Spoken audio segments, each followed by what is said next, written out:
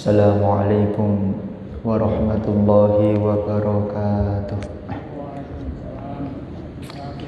Ila hadratin nabiyil mustafa Muhammadin sallallahu alaihi wasallam wa ila hadrati qutbi jami'il maqam wal hausil a'dam Syekh Hasan Ali Asyadili Syaikhul Qadir Jilani Syekh Junaid Al-Baghdadi Syekh Baudin An-Nasabandi wa silsilati tariqah Qadiriyah Nasabandiyah wa Naqsabandiyah Khalidiyah wa silsilati tariqah Syadiliyah wa usulihim wa furuhim ila hadrati khususan ila ruhi Imam Al-Ghazali sahibu Ihya Ulumuddin wa ila hadrati khususan ila ruhi Iyang Sultan Agung Iyang Panembahan Senopati Iyang Ki Ageng Sedong Rapia Iyang Ki Ageng Panembahan Pemanahan wa ila hadrati Iyang Ki Ageng Joko Tarub Iyang Ki Ageng Selong wa ila hadrati khususan ila ruhi Kyai Haji Abdul Karim Lirboyo Mbah Marzuki Mbah Mahfuz Mbah Idris Marzuki Mbah Rofi Yaakob wa ila hadrati Mbah Yai Syekh Zamroji Kencong Mbah Sayroji Kencong wa ila hadrati Mandufina Dizambal wal Furaid wal Agdar wa Klumbret wa Tipes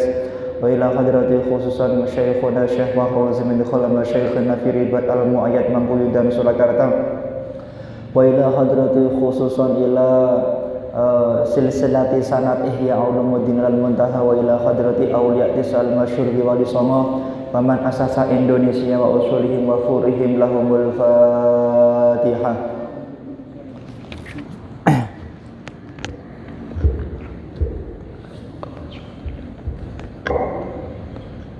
Bismillahirrahmanirrahim. Qala al-muallifu rahimahullah wa nafa'ana bihi wa bi'ulumihi wa amitana bil asrarihi amin.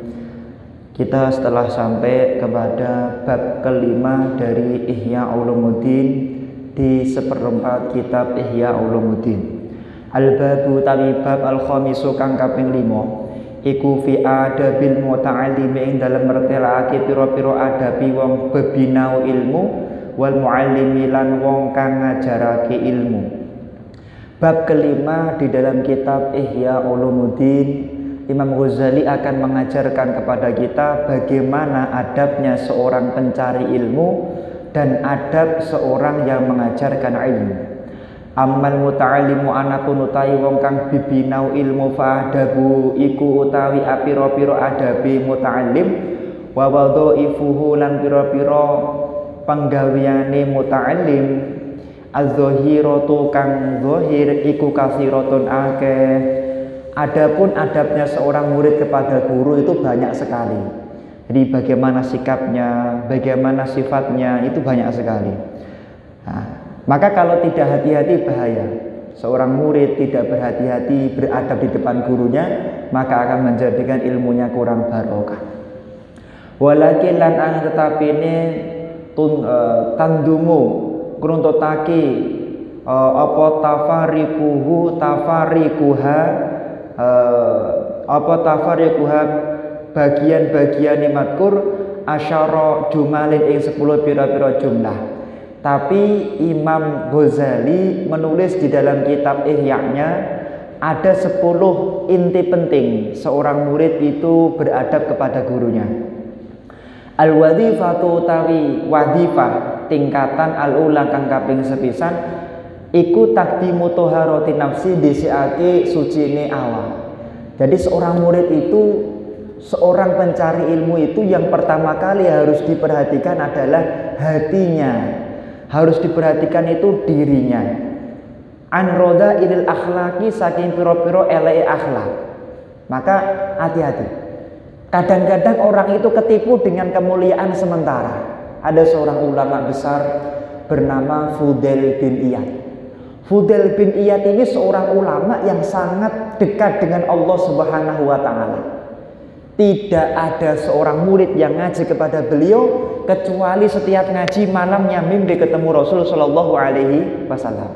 Saking hebatnya gurunya.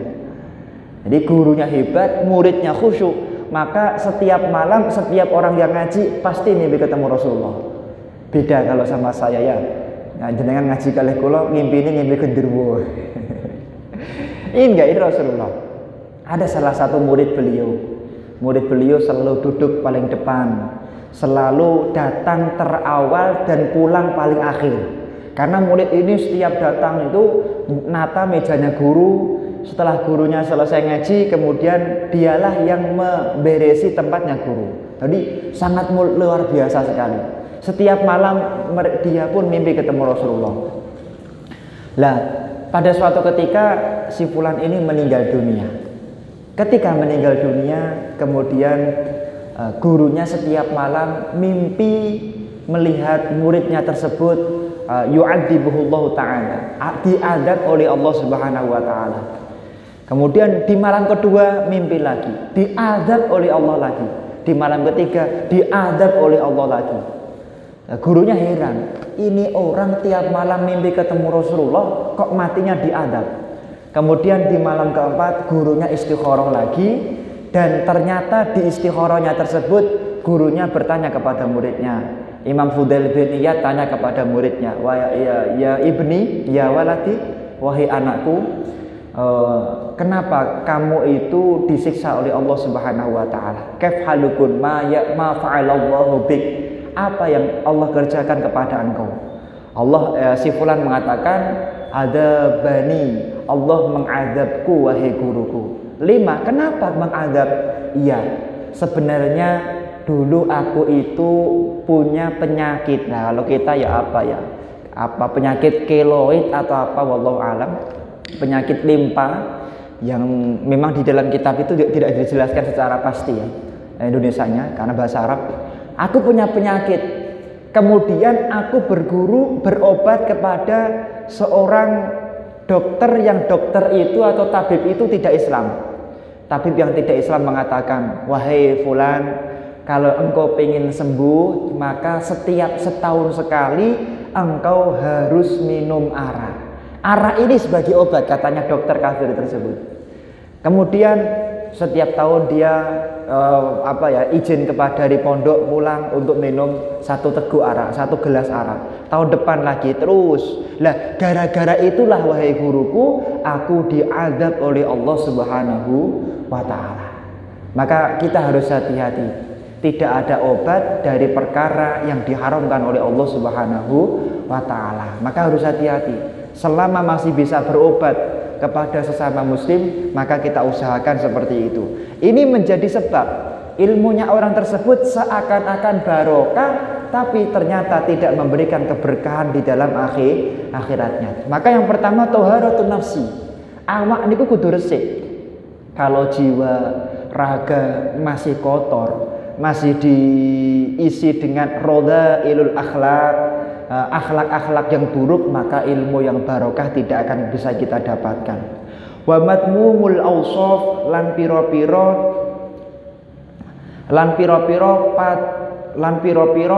den dundumane piro-piro sifat. Suka menghina orang lain, suka mencaci orang lain, suka merendahkan orang lain. Nak jenengan tasik punya sifat seperti itu, ilmu tidak akan memberikan keberkahan kepada kita semuanya. Al-ilmu ibadatul qalbi. Kenapa? Karena ilmu itu adalah ibadah hati, ibadah yang sifatnya qalbiyah. Kalau sholat kan jelas, dengan sholat pokoknya apal 3 surat, apal 3 bacaan, tahiyat, takbir, kalian Fatihah, sah sholatnya. Walaupun tidak hafal yang lain, sah. Yang penting gerakannya sesuai dengan salah satu madhab, sah. Tapi kalau ilmu tidak bisa. Ilmu itu membutuhkan hati yang bersih. Wa sholatu sirri, dan sholat yang sifatnya rahasia. Maka kalau tidak hati-hati akan menjadikan sebab ilmu yang kita pelajari tidak barokah. Wa qurbatul batini ilallahi ta'ala, dan sebab utama secara batin yang menjadikan sebab kita dekat dengan Allah Subhanahu wa ta'ala. Maka harus hati-hati. Kami punya satu kisah yang pernah kami kisahkan insya Allah 1,5 tahun yang lalu. Ya mungkin jenengan tasik imut. Jadi 1,5 tahun yang lalu saya pernah berkisah seperti ini. Ada seorang murid ini dia pengen belajar kepada seorang guru, mencari seorang guru di suatu kota. Murid ini kemudian membawa perbekalan yang secukupnya, Ketika dia membawa perbekalannya secukupnya, kemudian dia mendatangi sebuah kota. Di kota itu dia bertanya, "When Syekh, di mana di sini kiainya?" Kemudian dia mengatakan, "Fitoraf ya fulan, dia ada di pojok sana." Ketika dia bercerita si ulama ada di pojok sana, dia datang kepada ulama tersebut. Kemudian ketika datang kepada ulama tersebut, kemudian dia matur di sana. Lah, ulama ini ulama palsu, Pak. Dia itu orang yang pura-pura jadi ulama karena pengen dimuliakan oleh orang lain. Jadi dia itu pendatang, pakai jubah, pakai imamah, pakai serban, pakai tasbih, biar orang mengira dia ulama. Padahal kalau siang dia pura-pura ulama, kalau malam dia minum-minuman arak. Kalau malam dia mengundang pelacur-pelacur untuk melakukan kemaksiatan di rumahnya beliau. Kemudian setelah itu si fulan ini di malam itu si ulama tersebut itu sedang memesan arak. Araknya dengan kondisi arak yang sangat banyak sekali. Kemudian nanti bertanya, siapa yang mengantar araknya ke rumah saya? Kemudian dia mengatakan nanti yang mengantar arak adalah si fulan misalnya, si fulan. Lah ternyata si fulan ini namanya mirip dengan pelajar tadi. Kemudian saat itu si pengantar arak agak terlambat. Ternyata si pelajar tadi datang dulu, diketuk pintunya. Assalamualaikum. Kemudian ulama palsunya curiga, ini kok ada pengantar arak kok pakai salam, kan begitu. Kemudian ketika dibuka dia nggak siap-siap, Pak. Jadi setiap ada, kenapa kok dia bertanya siapa namanya? Karena kalau yang mengetuk itu bukan si pengantar tadi, dia akan pakai jubah seperti ulama sehingga orang akan mengira dia ulama.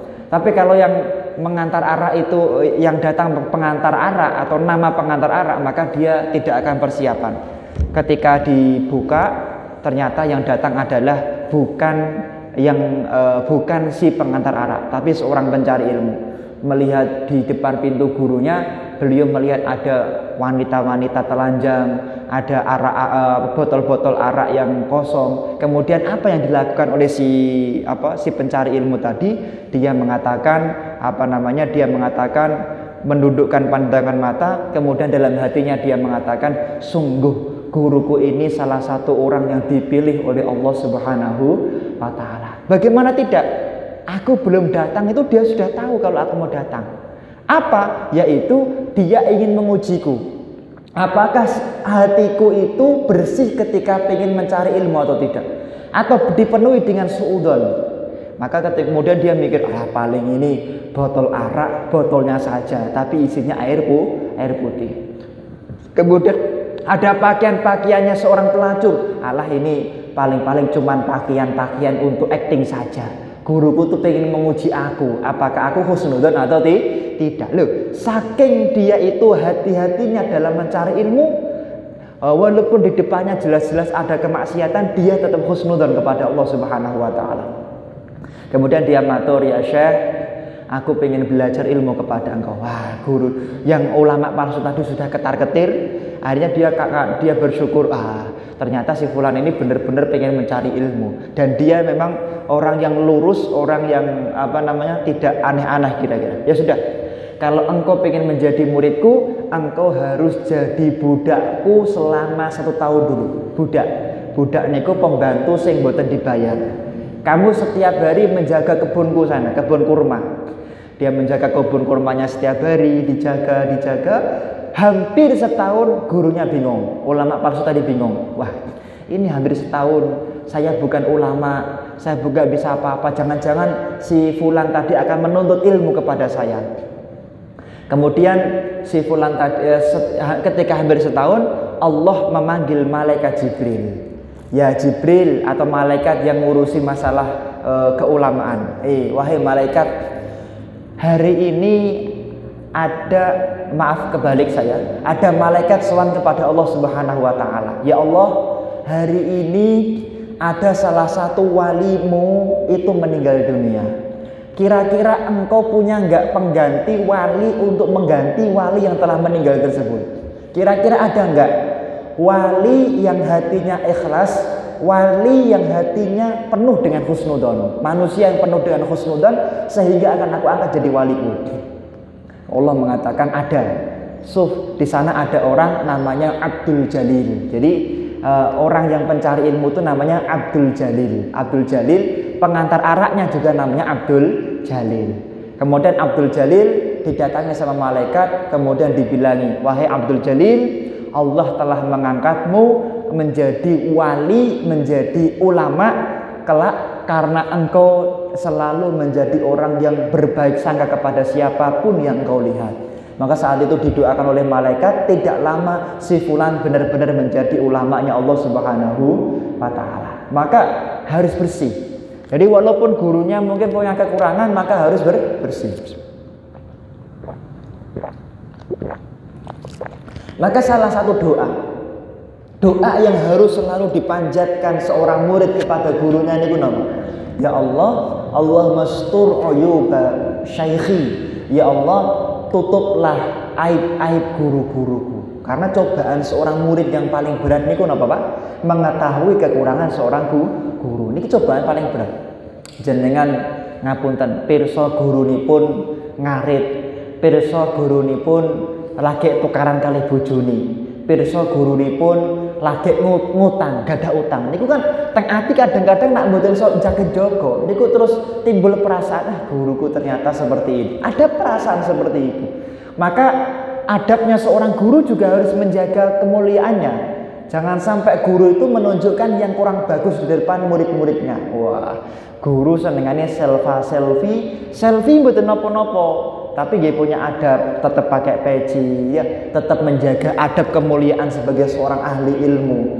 Jangan sampai kemudian seorang guru kemudian ngapunten foto dengkule ketok. Dengkul niki aurat. Naudzubillahi min dzalik. Hati-hati. Kemudian selfie di kanan kirinya ada wanita-wanita yang tidak berkerudung. Naudzubillahi min dzalik. Maka harus hati-hati. Guru pun juga harus menjaga diri. Kalau muridnya nanti tidak kuat melihat kekurangan guru, maka guru tersebut menjadi sebab muridnya kurang barokah ilmunya. Murid juga harus selalu husnudzon. Jangan sampai guru itu bahasa Arabnya syekh, jamaknya masyayikh. Seorang pendemo, provokator itu bahasa Arabnya masyun. Biasanya pakai kalimat masyun, jamaknya masayih. Jadi jangan sampai engkau menjadi masayih bukan menjadi seorang syekh. Jangan sampai kita menjadi seorang masayih bukan menjadi seorang masyayikh. Kalau masyayikh itu orang alim, ulama, orang yang berilmu. Tapi kalau masayih pakai sin, pakai ya, pakai hak, itu artinya orang yang suka memprovokatori, orang yang suka membuat kerusakan, orang yang suka membuat keributan. Makanya MC itu kalau baca itu hati-hati. Saya pernah kepada para masayih yang saya muliakan, ngaos tenggene ngajengi salah satu wakil, entah wali kota atau bupati, dipanggil para masayih ya. Masayih itu artinya orang yang membuat kerusakan, kerusuhan. Kalau masyayikh orang yang berilmu.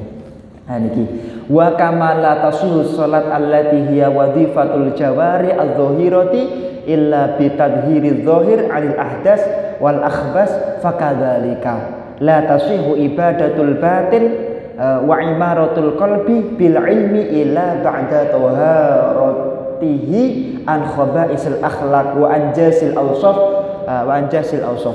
Maka Imam Ghazali mengatakan, sebagaimana sholat itu tidak sah ketika kita membawa najis, maka mencari ilmu tidak akan sukses, tidak akan berkah, tidak akan mulia, tidak akan mendapatkan hasil yang sempurna kalau kita masih diliputi hatinya dengan najis-najis yang sifatnya dibenci oleh Allah Subhanahu wa taala.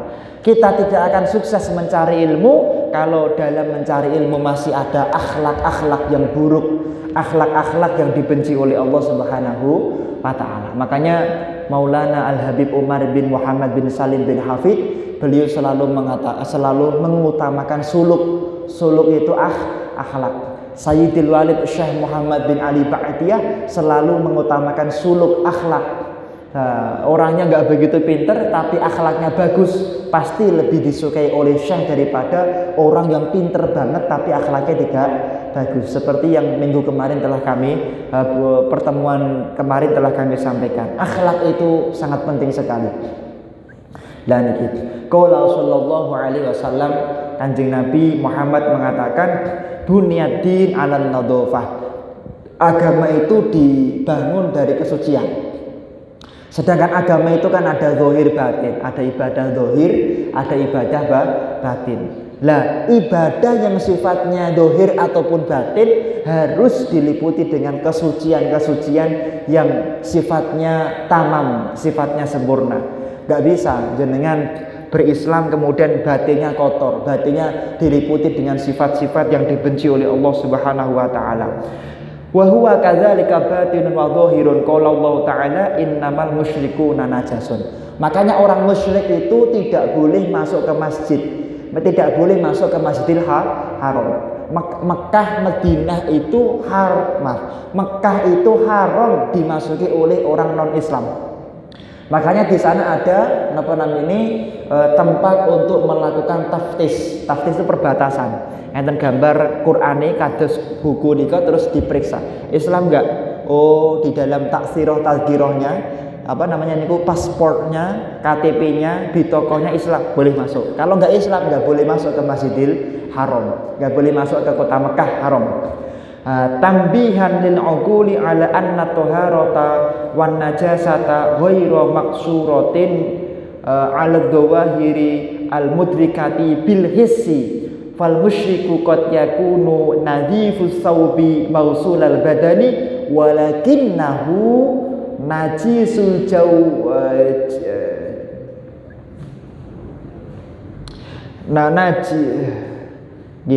najisul jawahiri al batinatin mulattahun bil khaba'isi wan najasati.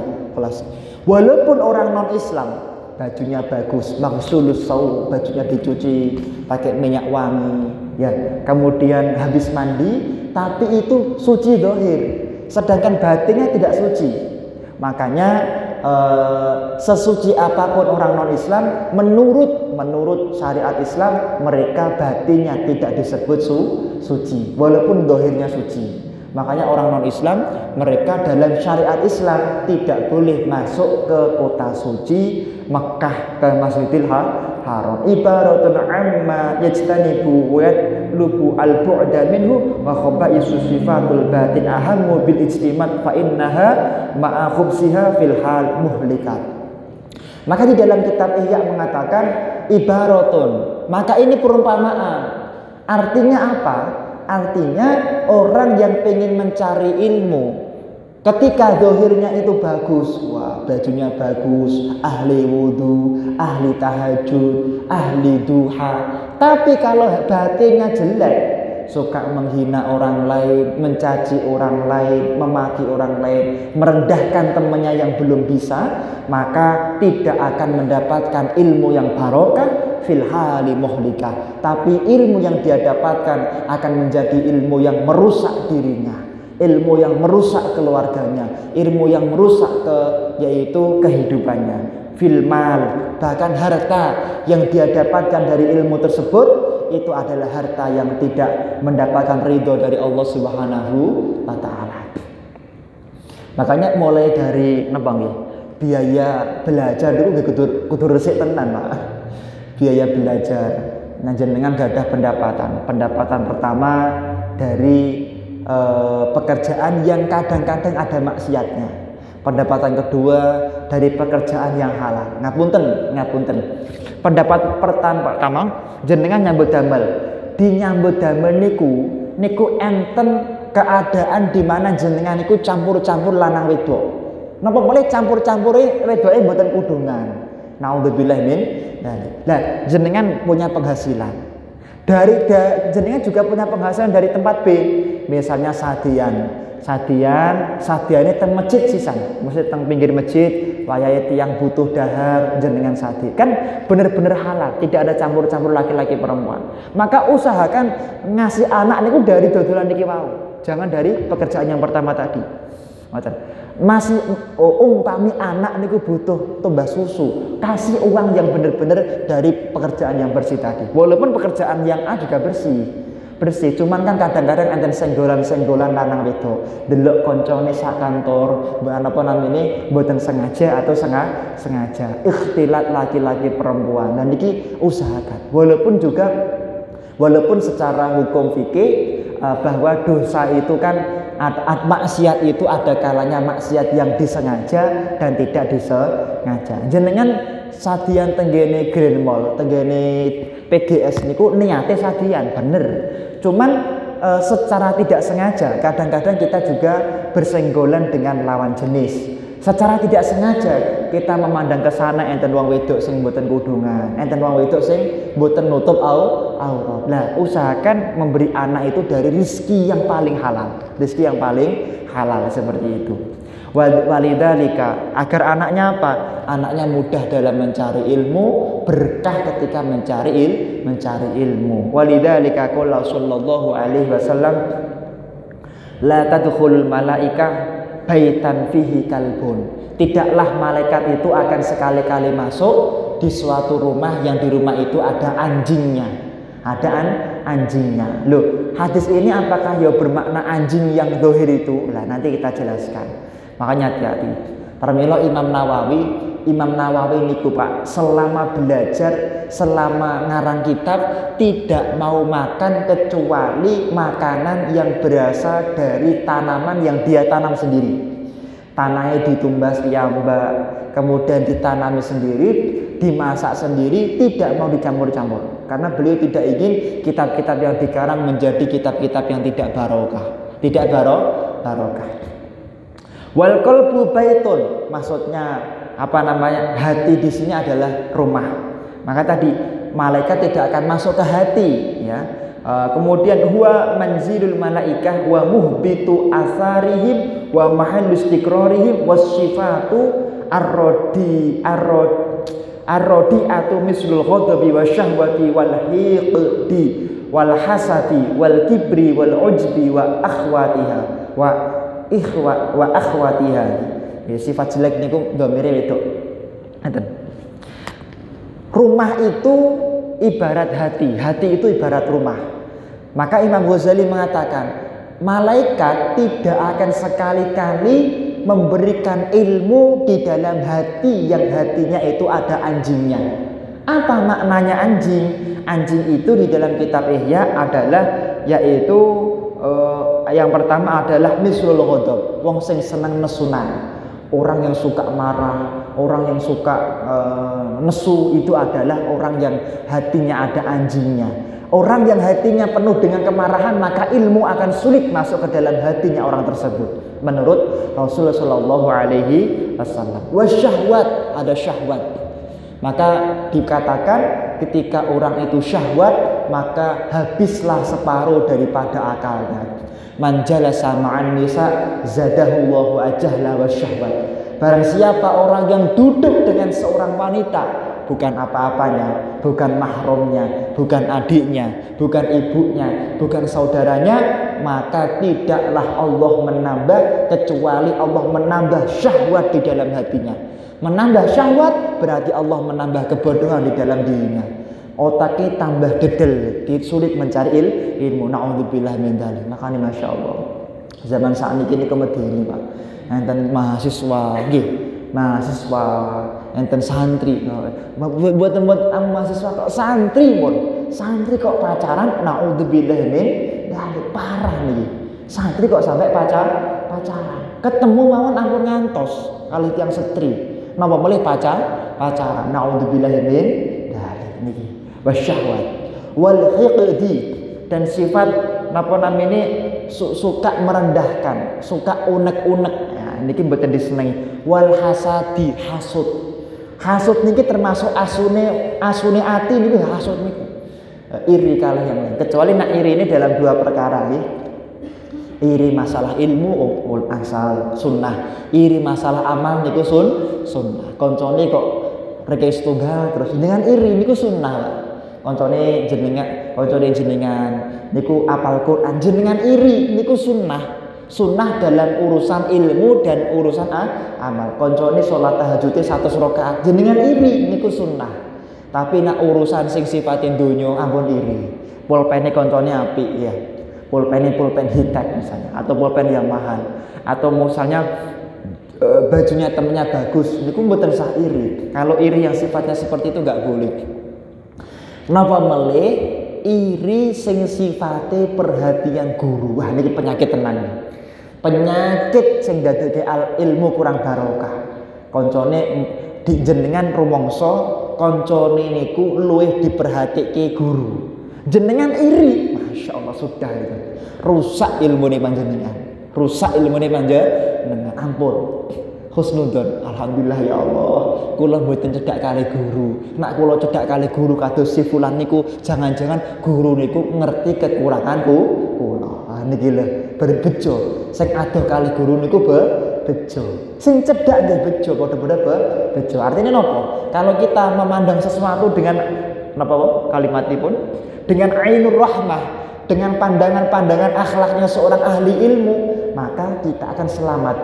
Seperti halnya Imam Asy-Syafi'i ketika dikasih tahu sama muridnya, ya Imam, tadi ada orang yang ngaji di depan kamu, dia itu ngaji tenanan, tapi pas keluar dari majelis, ngenyak jenengan Imam. Ya, kemudian Imam Syafi'i jawabannya apa?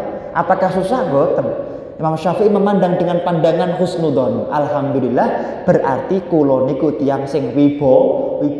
Karena kalau dia menghina di depan saya, berarti kan saya tidak wibawa. Maka dengan dia menghina di luar, maka dia wibawa. Bahkan dia menghina kitabku, Imam Syafi'i, ya nggak apa-apa. Kalau dia menghina kitab saya, maka andaikan kitab saya ada salahnya, maka tidak banyak orang yang tidak tambah satu orang yang sesat gara-gara saya. Loh, husnudon tok mau Imam Syafi'i ini gini, ahli ilmu. Kadang-kadang kan ngoten nggih. Pak guru pilih kasih, Pak Kiai pilih kasih. Niki penyakit sing mboten pantes sebagai ahli ilmu, mboten pantes. Alhamdulillah, adoh kali guru alhamdulillah. Cedak kali guru alhamdulillah. Makanya dipun ngendikaaken min alamatil futuh ingtidaru syah. Salah satu daripada ciri-ciri murid yang sukses, murid yang kelak akan menjadi murid yang berkah ilmunya adalah murid yang sabar ketika menunggu gurunya datang. Gurune niku dereng dugi, dereng rawuh, jenengan sabar nenggo kalih lalaran kula Muhammadun huwa ibnu Maliki Ahmadu Rabbi la khairu malik. Kalih nadoman utawa kalih tadarusan mau sak juz, dan itulah yang menjadikan sebab yaitu ilmu barokah. Nah ini teng Lirboyo. Nah jenengan mondok teng Lirboyo niku guru enggak langsung datang. Jam 7 tepat itu nggak langsung datang, tapi ada jeda. Kadang-kadang guru niku agak terlambat, muridnya mungkin musyawarah kitab yang nah niki wal kibri sombong, makanya medeni. Makanya kadang-kadang pondok niku Pak sengaja memisahkan antara santri-santri sing gus kali santri-santri sing mboten gus. Niki santri-santri sing anake kiai itu dipisahkan. Kadang-kadang nggih ngoten. Kenapa? Karena khawatir santri-santri sing anake kiai niki mungkin niku merasa sombong di depan santri-santri sing anake wong biasa. Kadang-kadang sengaja dipisahkan. Lah niki kadang-kadang. Tapi nggih mboten semuanya, mboten semuanya. Dulu kula SMP niku nggih ngoten, nggih kula nggih saat itu juga berpikir kok ngeten nggih. SMP kula niku negeri. Kula niku sekolah niku selalu negeri, Pak. Mboten nate teng SD, SMP, SMA, kuliah niku negeri. Jadi negeri semuanya. Lah SMP kula niku SMP 1. Saat itu ketika masuk kelas 3 niku dipisahkan.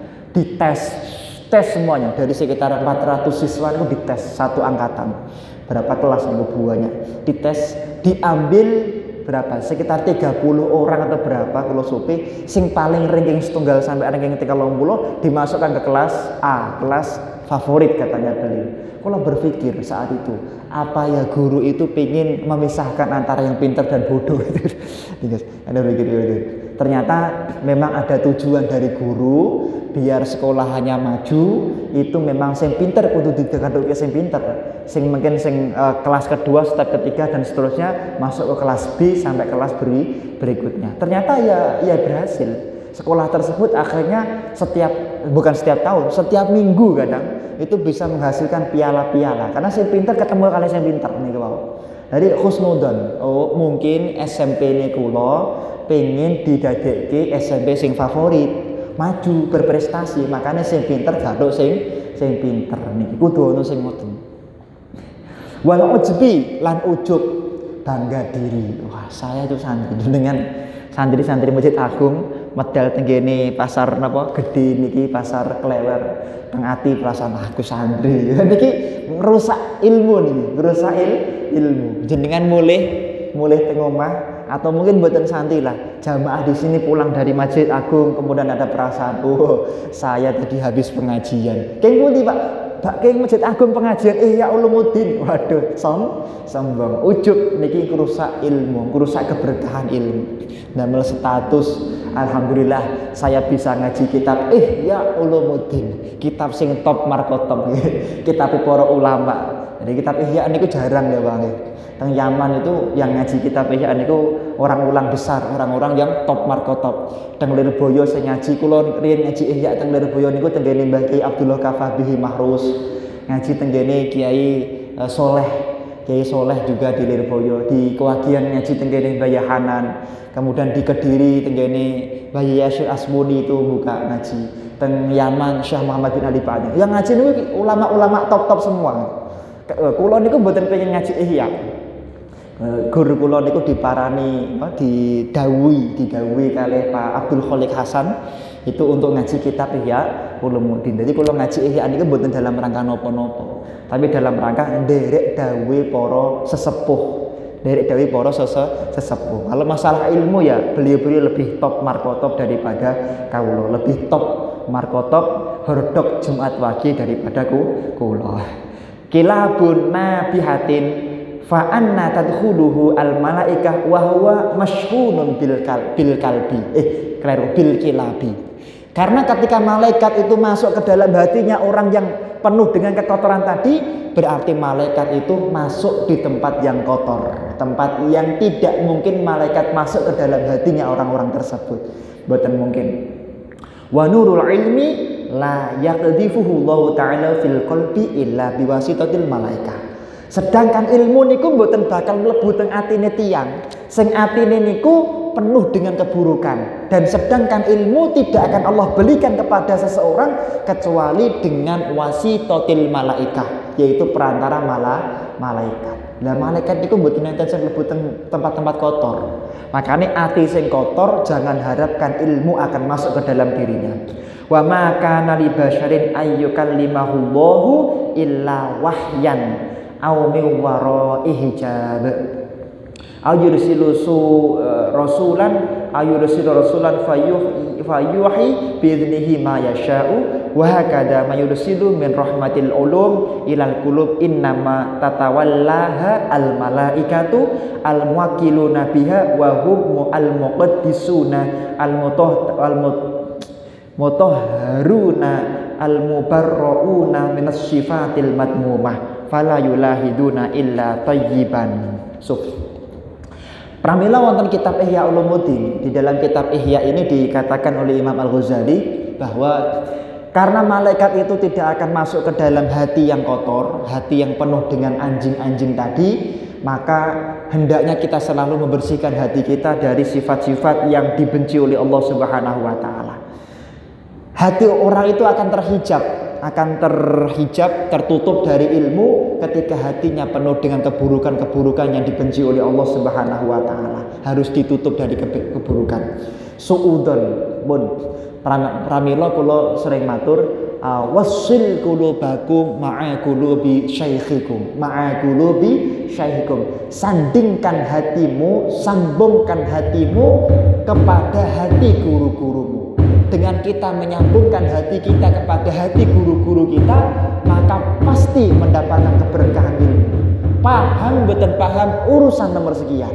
Jenengan ngaji tenggene Masjid Agung, paham betul paham urusan sekian. Yang penting jenengan ketika ngaji niku bener-bener usul hatinya. Saya datang di sini, duduknya yang bagus, duduknya tawadhu, duduknya khusyuk, benar-benar khusyuk mencari ridha Allah, maka itulah tempat kita mendapatkan ilmu yang barokah. Banyak para pencari ilmu, para santri, para mahasiswa, para jamaah yang dia itu ketika datang nggak paham, tapi ketika dia pulang diberi paham oleh Allah Subhanahu wa taala. Sebaliknya, banyak santri, pelajar, kiai, pencari ilmu yang datang di tempat majelis taklim niku paham cerdas, sering setunggal terus, tapi ketika pulang nggak ada yang ngaji kepada dia. Ilmunya lupa semuanya, ilmunya tidak barokah, ilmunya tidak mengantarkan dia menjadi orang yang berakhlak seperti Nabi Muhammad SAW. Kenapa? Itulah ilmu yang tidak barokah. Maka biar barokah, mari kita lakukan wadhifah yang pertama dari kitab Ihya Ulumuddin. Sekian, Al-Fatihah.